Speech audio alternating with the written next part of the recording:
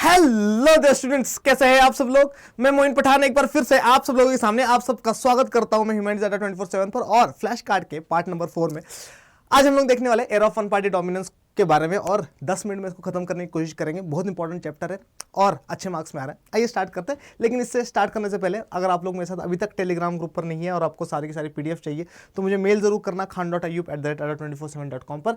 आइए स्टार्ट करते हैं, देखते हैं हमारे पास क्या क्या है। तो ये बता रहा है चैलेंजेस ऑफ बिल्डिंग डेमोक्रेसी।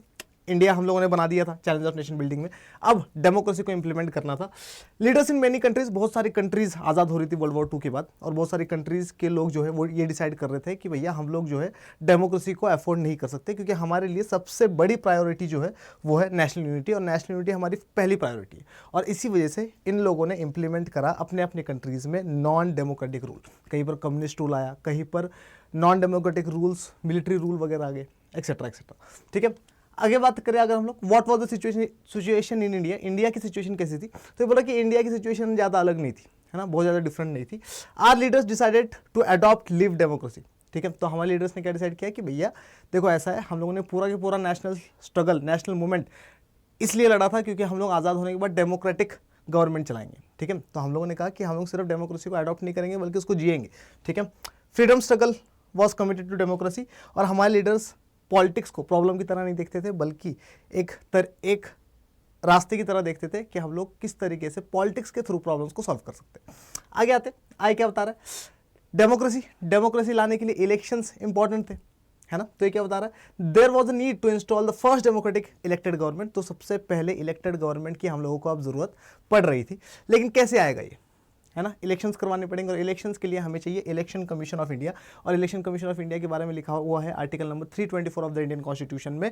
और हम लोगों ने 28 जनवरी 1950 को इलेक्शन कमीशन बना दिया और सुकुमार सेन बन गए हमारे फर्स्ट इलेक्शन कमिश्नर। ठीक है, आगे आते इलेक्शन कमीशन की अगर बात करें, इलेक्शन कमीशन को ये पता चल गया कि इंडिया बहुत बड़ा कंट्री है और यहाँ पर फ्री एंड फेयर इलेक्शंस करवाना कोई आम बात नहीं है। दूसरी चीज़ क्या बता रहा है, इलेक्शंस हम लोगों को होल्ड करने थे और इलेक्शंस करवाने के लिए डिलिमिटेशन की या फिर इलेक्टोरल बाउंड्रीज बनाने की, इलेक्टोरल कॉन्स्टिट्यूएंसीज बनाने की ज़रूरत पड़ती है। उसके साथ साथ इलेक्टोरल रोल्स बनाने की ज़रूरत पड़ती है। पहले तो माना जा रहा था कि इलेक्शंस 1950 में ही हो जाएंगे, लेकिन 2 बार इलेक्शन पोस्टपोन्ड होते हैं और इलेक्शंस होंगे 1952 में। ठीक है, तो फर्स्ट जनरल इलेक्शंस 1952 के हैं।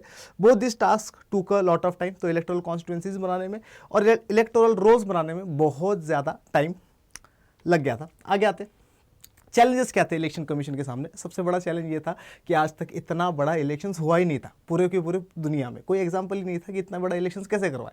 सुकुमार सेन देखो कितना बोझ है इस बंदे पे। 17 करोड़ एलिजिबल वोटर्स थे, 3200 एमएलएज हम लोगों को चूज़ करने थे और उसके साथ साथ 489 एमपीज़ लोकसभा के मेंबर्स हम लोगों को चूज़ करने थे। सिर्फ 15% लोग थे, इन 17 करोड़ में से सिर्फ 15% लोग हैं जो लिटरेट है ना। और पहले जनरल इलेक्शंस जो थे वो इतने बड़े कंट्री में और एक पुअर एंड इलिटरेट कंट्री में डेमोक्रेसी का सबसे बड़ा टेस्ट भी था। इससे ये पता चलने वाला था कि क्या पुअर और इलिटरेट कंट्री में भी वोटिंग वगैरह करवाई जा सकती है और क्या डेमोक्रेसी इंप्लीमेंट करा जा सकता है। यूरोप में भी अभी तक औरतों को राइट टू वोट नहीं दिया गया था और इंडिया कह रहा था कि हम लोग सबको about the age of 21 years सबको क्या करेंगे, राइट टू वोट देंगे। आगे आते आगे देखिए क्या बता रहे हैं, एक्सपेक्टेशंस एंड आउटकम्स। तो बहुत सारे लोगों ने इंडिया को क्रिटिसाइज़ करा। एग्जाम्पल के तौर पे एक इंडियन एडिटर था, इसने कहा कि ये इतिहास का, हिस्ट्री का सबसे बड़ा जुआ है जो इंडिया करवा रहा है इलेक्शंस। ठीक है, ऑर्गेनाइजर नाम की एक मैगजीन थी जो ये कह रही थी कि भैया नेहरू जिंदा रहेगा, क्या देखने के लिए, यूनिवर्सल एडल्ट फ्रेंचाइज को या राइट टू वोट को फेल होता हुआ देखने के लिए। एक ब्रिटिश ICS ऑफिसर थे, इंडियन सिविल सर्वेंट ऑफिसर थे, ICS ऑफिसर थे, एक ब्रिटिश ICS ऑफिसर। इन्होंने क्या कहा, इन्होंने कहा कि जो आने वाली जनरेशन है इंडिया की वो नेहरू के नाम पे थूकेगी, नेहरू को बुरा भला बोलेगी कि भैया तूने भैया इतने इलिटरेट लोगों के मिलियंस ऑफ वोट्स को इकट्ठा करके क्या उखाड़ लिया। ठीक है, आउटकम क्या होता है आइए देखते हैं। तो क्या बता रहा है ये, इलेक्शंस वर पोस्टपोन ट्वाइस, 2 बार इलेक्शंस पोस्टपोन होते हैं। अक्टूबर 1951 से फरवरी 1952 तक इलेक्शंस होते हैं, लेकिन इसको जनरल इलेक्शंस ऑफ 1952 ही बोला जाता है क्योंकि ज़्यादातर इलेक्शंस जनवरी एंड फरवरी 1952 में हुए थे। आउटकम क्या हुआ, इलेक्शंस बहुत ज़्यादा कॉम्पिटेटिव थे। ठीक है, हर सीट के ऊपर 4 या 4 से ज़्यादा कैंडिडेट्स जो थे वो इलेक्शंस में खड़े हुए थे। More than half of the eligible voters voted, 17 crore voters थे हमारे पास एलिजिबल वोटर्स, ऑलमोस्ट 9-10 करोड़ लोग इलेक्शंस में वोट देने के लिए आए। Results were accepted as fair even by the losers, और जो लोग इलेक्शंस हार रहे थे वो लोग भी कह रहे हैं कि भैया इलेक्शन बहुत फेयर हुए, ठीक है, कोई गफलेबाजी नहीं है। कांग्रेस का डोमिनेंस पहले 3 जनरल इलेक्शंस में रहा, 1952 के इलेक्शंस में, 1957 के इलेक्शंस में भी और 1962 के इलेक्शंस में भी, ठीक है। Congress inherited the legacy of the national movement. क्यों कांग्रेस जीत रही है? क्योंकि कांग्रेस अपना नाम, अपनी लेगेसी लेकर आ रही है इंडियन नेशनल मूवमेंट से, ठीक है। And this was also reflected in the results. Congress पहले जनरल इलेक्शंस में 489 में से 364 सीट जीत जाती है, ठीक है। सेकंड पॉलिटिकल पार्टी जिसकी सबसे ज़्यादा सीट्स आई थी वो थी कम्युनिस्ट पार्टी ऑफ इंडिया, और इसकी सिर्फ और सिर्फ 16 सीट्स आई थी। स्टेट इलेक्शंस भी चल रहे थे, वन नेशन वन इलेक्शन चलता था उस टाइम पीरियड में, लोकसभा इलेक्शंस के साथ स्टेट इलेक्शन चलते थे, और कांग्रेस सारे के सारे स्टेट इलेक्शंस में जीत जाएगी, अपनी सरकार बना लेगी। लेकिन 3 जगह पर इसकी मेजोरिटी नहीं आती है। कहाँ पर नहीं आती है? त्रावणकोर कोचीन में नहीं आती है, मद्रास में नहीं आती है, और ओडिशा में नहीं आती है। लेकिन बाद में यहाँ पर भी वो गवर्नमेंट बना लेता है, क्योंकि कांग्रेस से ज़्यादा सीट्स किसी के पास नहीं थी। मेजोरिटी कांग्रेस के पास भी नहीं थी, लेकिन कांग्रेस से ज़्यादा सीट्स भी किसी के पास नहीं है, तो अल्टीमेटली कांग्रेस ही यहाँ पर सरकार बनाता है। लेकिन ये पेपर में क्वेश्चन आता है कि कौन से स्टेट्स थे जहाँ पर कांग्रेस की मेजोरिटी नहीं आई थी फर्स्ट जनरल इलेक्शंस में, ठीक है। In the second general elections की बात करें 1957 की, या थर्ड इलेक्शंस की बात करें 1962 की, तो कांग्रेस का जो पोजीशन था वो सेम था, कांग्रेस 3/4 सीट्स जीतती थी। डन। आगे आते हैं हम लोग, आगे देखिए क्या बता रहा है ये। No opposition parties could win even 1/10 seats of the Indian National Congress. ये बोला कि कांग्रेस जितनी सीट जीती थी उसका 10वां हिस्सा भी कोई सीट्स नहीं जीत पा रहा है, ठीक है। 1957 में केरला में पहली बार, 1957 के स्टेट इलेक्शंस में केरला में पहली बार एक नॉन कांग्रेस गवर्नमेंट बनती है, जो कि कम्युनिस्ट पार्टी ऑफ इंडिया एक गठबंधन बनाती है, उसकी गवर्नमेंट बनती है, और चीफ मिनिस्टर इसके बनते हैं EMS नंबूरीपत। लेकिन कांग्रेस की सरकार, जो सेंटर की सरकार है कांग्रेस की, वो 1959 में इन पे क्या लगा देती है? स्टेट इमरजेंसी लगा देती है, और this was the first misuse of emergency. तो फर्स्ट मिसयूज ऑफ इमरजेंसी 1959 में हुआ है, नेहरू जी ने करा, ठीक है। आगे आते, कांग्रेस की जीत में हमारे FPTP सिस्टम या first pass the post system का भी बहुत बड़ा हाथ है, ठीक है, जो कि कांग्रेस के फेवर में काम कर गया। एग्जाम्पल के तौर पे कांग्रेस के वोट्स जो थे 45% के आसपास थे, लेकिन इसकी सीट्स 74% के आसपास थी। सर ऐसा क्या हुआ कि इसकी सीट्स ज़्यादा है? क्योंकि कांग्रेस के पास बहुत ज़्यादा वोट्स नहीं थे, लेकिन बाकी कैंडिडेट से ज़्यादा वोट्स थे, जिसकी वजह से वो इलेक्शन जीतता था। आगे आते, आगे क्या बता रहा है? Nature of Congress dominance. Congress किस तरीके का डोमिनेंस दिखाता था, ठीक है। तो ये क्या बोल रहा है? ऐसा नहीं है कि इंडिया में ही सिर्फ कांग्रेस का डोमिनेंस है, दुनिया भर की ऐसे देश हम लोगों को मिलते हैं जहाँ पर कोई ना कोई पॉलिटिकल पार्टी डोमिनेंस दिखाती है। लेकिन उनके डोमिनेंस में और इंडिया के डोमिनेंस में फ़र्क क्या है? उनके डोमिनेंस में और इंडिया के डोमिनेंस में फ़र्क है कि इंडिया में जो कांग्रेस पार्टी का डोमिनेंस था वो डेमोक्रेटिक कैरेक्टर के थ्रू था, डेमोक्रेसी को कॉम्प्रोमाइज़ हम लोगों ने नहीं किया था। लेकिन जैसे एग्जांपल के तौर पे हम लोग मैक्सिको में देखते हैं, तो मैक्सिको में जो PRI पार्टी थी, या फिर इंस्टीट्यूशनल रिवॉल्यूशनरी जो पार्टी थी, इसने 60 साल रूल किया, और यहाँ पे 1 पार्टी सिस्टम ही था। तो इंडिया में 1 पार्टी सिस्टम नहीं है, मल्टी पार्टी सिस्टम है, और हम लोगों ने कभी भी डेमोक्रेसी को कॉम्प्रोमाइज़ नहीं किया था। आगे आते, आगे क्या बता रहा है? Reasons for the extraordinary success of Congress. Congress क्यों जीतता था? सबसे पहली चीज़, कांग्रेस इनहेरिटर था, सक्सेसर था किसका? नेशनल मूवमेंट का। उस टाइम पीरियड में जो लीडर्स थे वो नेशनल मूवमेंट में भी लीडर्स थे, और अब कांग्रेस के कैंडिडेट की तरह इलेक्शंस में खड़े हो रहे हैं, तो ऑफ कोर्स पॉपुलर भी है और वोट इनको मिलना है। तीसरा, कांग्रेस जो थी एक वेल ऑर्गेनाइज्ड पॉलिटिकल पार्टी थी। कांग्रेस एक ऑल इंक्लूसिव पॉलिटिकल पार्टी थी, सबकी पॉलिटिकल पार्टी थी। कांग्रेस बहुत बड़ी पॉलिटिकल पार्टी थी और सारे लोग इसमें समा जाते थे, और बहुत स्ट्रॉन्ग ऑर्गेनाइजेशनल नेटवर्क था इसका, पूरे के पूरे इंडिया में इसके नेटवर्क्स फैले हुए थे, ठीक है। और प्लस क्या, जब तक बाकी पॉलिटिकल पार्टी स्ट्रेटजीज बनाती, इसने इलेक्शन कैंपेन करना भी स्टार्ट कर दिया था। आगे आते हैं हम लोग, Congress as social and ideological coalition के बारे में करते हैं। तो कांग्रेस एस्टेब्लिश हुई थी 1985 में एक प्रेशर ग्रुप की तरह, लेकिन 20th सेंचुरी आते आते ये एक मास मूवमेंट बन गया था। तो ये सिर्फ अब पॉलिटिकल पार्टी नहीं थी, बल्कि मास मूवमेंट था, है ना। पहले कांग्रेस में सिर्फ और सिर्फ English speaking, upper caste, upper middle class, elites, है ना, ऐसे लीडर्स मिलते थे। अपर क्लास के लीडर्स, अपर कास्ट के लीडर्स, एजुकेटेड प्रोफेसर्स, ऐसे लीडर्स मिलते थे। लेकिन जैसे जैसे कांग्रेस सिविल डिसोबीडियंस मूवमेंट करती चली गई, अंग्रेज़ों के अगेंस्ट में मूवमेंट्स करती चली गई, वैसे वैसे इसका सोशल बेस बढ़ता चला गया, ठीक है। आगे आते, Congress now comprised of diverse groups. अब कांग्रेस में अलग अलग ग्रुप्स के लोग हम लोग को देखने को मिलते हैं, है ना। फार्मर्स भी देखने को मिल रहे थे, इंडस्ट्रियलिस्ट भी देखने को मिल रहे थे, शहर में रहने वाले लोग भी देखने को मिल रहे थे, गाँव वाले लोग भी देखने को मिल रहे थे।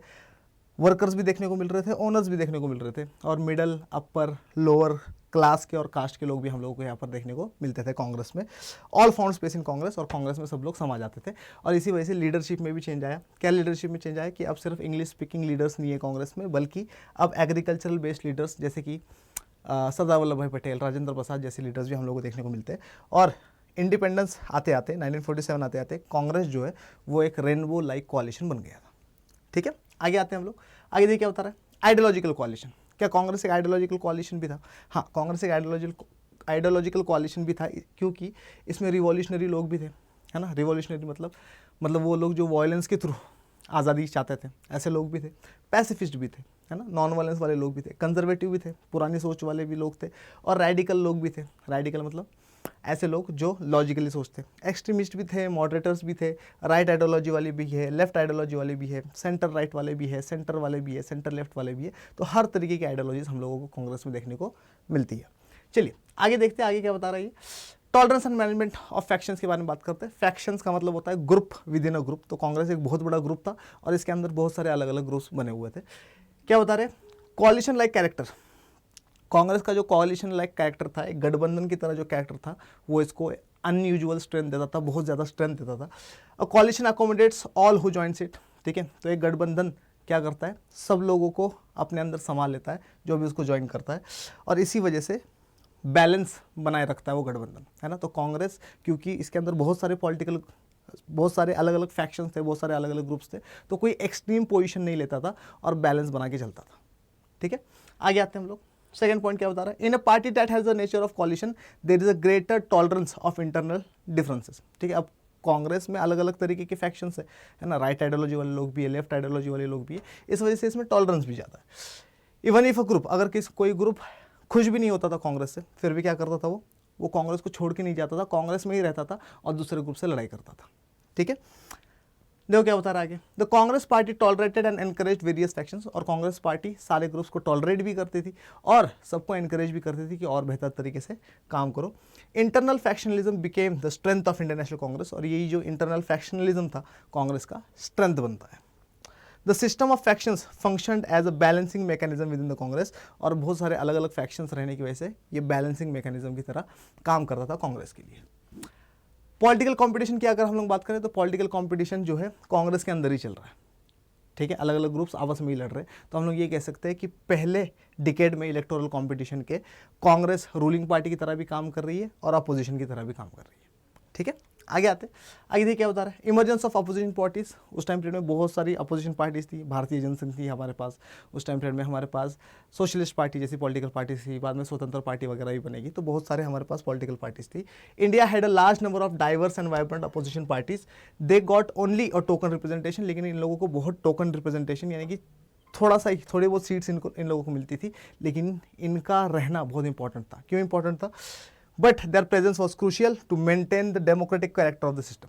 अगर अपोजिशन लीडर्स नहीं होते, ठीक है, तो क्या कहते हैं, ये जो कांग्रेस की गवर्नमेंट है वो तानाशाही हो सकती थी। ठीक है, और यही तानाशाही नहीं होनी थी किसने अपोजिशन पार्टीज ने। तो अपोजिशन पार्टीज के लोग बेशक कम है, लेकिन उनका रहना बहुत ज़्यादा क्रूशियल है। आगे आते हैं हम लोग, देखिए जरा क्या बता रहा है ये significance of opposition parties. Opposition parties का सिग्निफिकेंस क्या है? तो ये बता रहा है कि they kept the ruling party under check. Ruling party को चेक में रखते थे। These parties prevented the system from turning anti democratic. System को एंटी डेमोक्रेटिक नहीं होने देते थे। These parties groomed the leaders who were to play a crucial role in the future. और ये पॉलिटिकल पार्टीज क्या करती थी, आगे आने वाले फ्यूचर